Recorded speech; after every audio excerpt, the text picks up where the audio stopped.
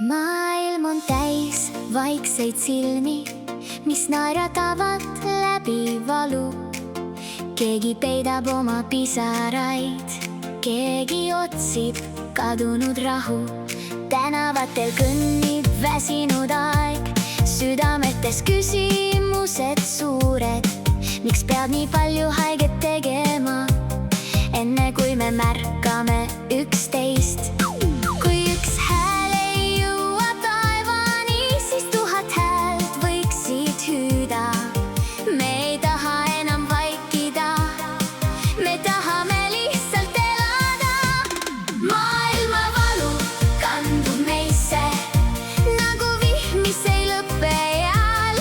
Maailma valu meie sees, aga lootus veel põleb seal.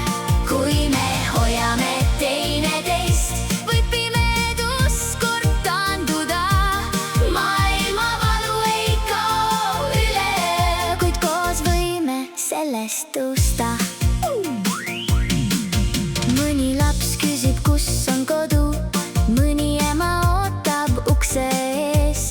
Mõni inimene kaotab kõik, aga ikka tõuseb hommikul üles. Me oleme erinevad kui taevas, kuid pisarad on kõigil samad. Ja võib-olla polegi liiga hilja olla inimesele inimene. Kui üks käsi sirutub teise poole, võib murduda üksinduse sein. Kui me õpime taas kuulama, siis muutub ka maailma hääl. Maailma valu kandub meisse nagu vihm, mis ei lõppe eal. Maailma valu meie sees, aga lootus veel põleb seal. Kui me hoiame teineteist, võib pimedus kord taanduda. Maailma valu ei kao üleöö, kuid koos võime sellest tõusta. Ära ütle, et üks inimene ei saa muuta midagi.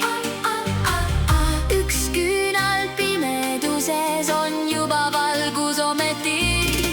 Üks hea sõna, üks soe käsi, üks pilk, mis ütleb, ma näen sind. Võib-olla algabki maailma rahu sellest, et keegi ei jää üksi. Maailma valu kandub meisse, kuid me ei pea murduma. Maailma valu meie sees võib valguseks muutuda. Kui me hoiame teineteist, kui me ei pöördu ära, siis isegi maailma kõige pimedam öö võib hommikusse ärgata. Maailm ei vaja rohkem vaikust, vaid südameid, mis julgevad näha. Ja kui meil on veel lootust alles, siis pole kõik kadunud veel.